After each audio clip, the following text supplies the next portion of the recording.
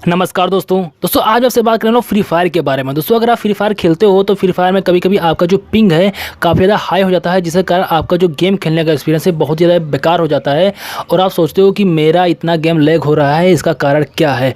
तो दोस्तों उसका कारण होता है जो आपका पिंग है वो हाई हो जाता है। उसका कारण ये होता है दोस्तों कि आपका जो इंटरनेट कनेक्शन है वो काफ़ी ज़्यादा वीक रहता है, उसका जो सिग्नल है काफ़ी ज़्यादा वीक रहता है, जिसके कारण पिंग हाई होता है। तो इसका समस्या का समाधान आपको इस वीडियो में बताने वाला हूँ, तो वीडियो को आपको अंत देखना है, आपको कहीं मिस नहीं करना है, वरना अगर आपने कहीं भी कोई भी वीडियो मिस कर दिया, कोई भी स्टेप मिस कर दिया तो आप जान नहीं पाओगे। तो दोस्तों मैं आपको इस वीडियो में एक नया एकदम लेटेस्ट एपीएन सेटिंग बताने वाला हूं, जिसके द्वारा आपका जो पिंग है फ्री फायर का वो काफ़ी ज़्यादा नीचे रहेगा, काफ़ी ज़्यादा डाउन रहेगा, तो जिससे कि आपको फ्री फायर खेलने में काफ़ी ज़्यादा अच्छा एक्सपीरियंस हो सकता है। तो दोस्तों वीडियो में बने रहिए, मैं आपको बताने वाला हूँ किस तरह से आपको एपीएन सेटिंग बनाना है। तो दोस्तों आपको अपने फ़ोन में एपीएन सेटिंग बनाने के लिए आपको अपने फ़ोन का सेटिंग ओपन कर लेना है। सेटिंग ओपन करने के बाद आपको अपने फ़ोन में कनेक्शन पे चले जाना है। हो सकता है कि आपके फ़ोन में कुछ अलग सेटिंग हो, क्योंकि दोस्तों सभी के फ़ोन में अलग अलग सेटिंग होता है। तो किसी भी तरह से आपको अपने फ़ोन में एक्सेस पॉइंट नेम का ऑप्शन ढूंढ लेना है, जिसे कि शॉर्ट फॉर्म में एपीएन बोलते हैं। तो उसको आप ओपन कर लीजिए। ओपन करने के बाद मैं यहाँ पर कनेक्शन में जाऊँगा। कनेक्शन में जाने के बाद मैं जाऊँगा मोबाइल नेटवर्क पर, और उसके बाद में मैं यहाँ पर जाऊँगा एक्सेस पॉइंट नेम पर। अब यहाँ पर होता है कि आगे फ़ोन में प्लस का आइकन देखें, न्यू एपीएन का आइकन देखें या फिर ऐड का आइकन देखें, जो भी दिखे आपको क्लिक करके नया फॉर्म ओपन कर लेना है। और मैं आपको जो बताने वाला हूँ उसमें आपको स्टेप बाय स्टेप उसमें लिख देना है। तो मेरे फ़ोन में ऐड का आइकन देखा, मैं क्लिक करूँगा। क्लिक करने के बाद यहाँ पर मुझे ऑप्शन दिख रहा है नेम का, तो नेम पे क्लिक करने के बाद आपको यहाँ पर लिखना क्या है मैं आपको बता देता हूँ। तो यहाँ पर आपको सबसे पहले जो अपना जो लेटर है वो कैपिटल में कर दीजिए। कैपिटल में करने के बाद आपको यहाँ पर कैपिटल लेटर में लिखना है OLMK, ठीक है। आपको कैपिटल लेटर में यही लिखना है OLMK।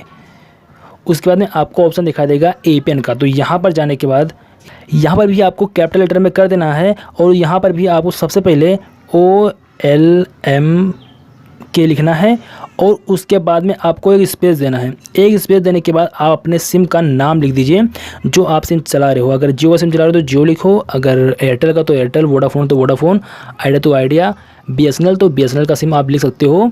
यहाँ पर जो भी आप लिखोगे वो कैपिटल लेटर में रहेगा। मैं जियो को जाता हूँ, इसमें लिखूँ जीरो। उसके बाद में आपको ऑप्शन दिखा देगा प्रॉक्सी का, इसको छोड़ देना है। पोर्ट का ऑप्शन दिखा देगा, इसको भी छोड़ देना है। आपको जाना है यूज़र नेम पर। यूज़र नेम पर जाने के बाद आपको यहाँ पर स्मॉल लेटर में लिखना है www.google.com। उसके बाद में आपको ऑप्शन दिखा देगा पासवर्ड का, जो छोड़ देना है। आपको जाना है सर्वर पर। सर्वर पर जाने के बाद आपको यहाँ पर लिख देना है www. अब आप यहाँ पर जो सिम चलाते हो उसका जो है लिखिए, और उसके बाद में आप .com लगा दीजिए। मतलब जैसे मान लीजिए कि मैं जियो का सिम चलाता हूँ तो यहाँ पर लिखूँगा जियो.com।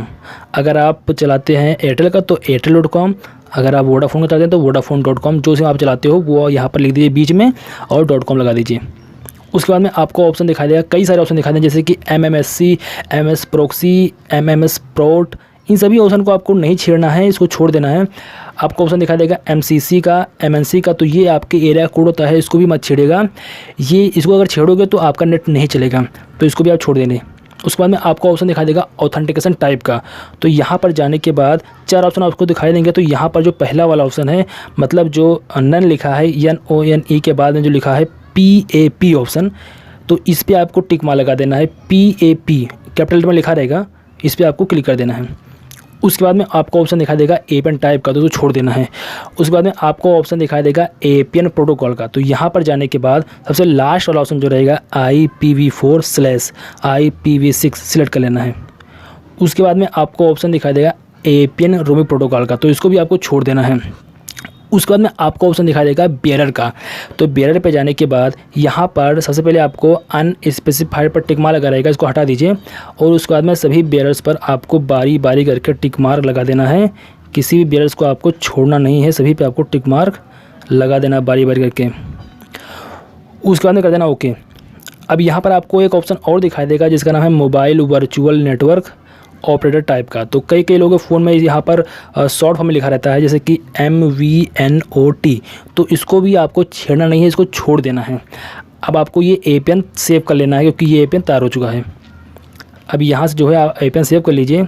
सेव करने के बाद में आप जो एपीएन अभी बनाए हैं इसी पे आप जो है सिलेक्ट कर दीजिए। सिलेक्ट करने के बाद में आपको अपने फ़ोन को एक बार स्विच ऑफ का स्विच ऑन कर दीजिएगा, यानी कि रिस्टार्ट कर दीजिएगा, आप देख पाओगे आपकी जो इंटरनेट की स्पीड है काफ़ी ज़्यादा फास्ट हो गई है।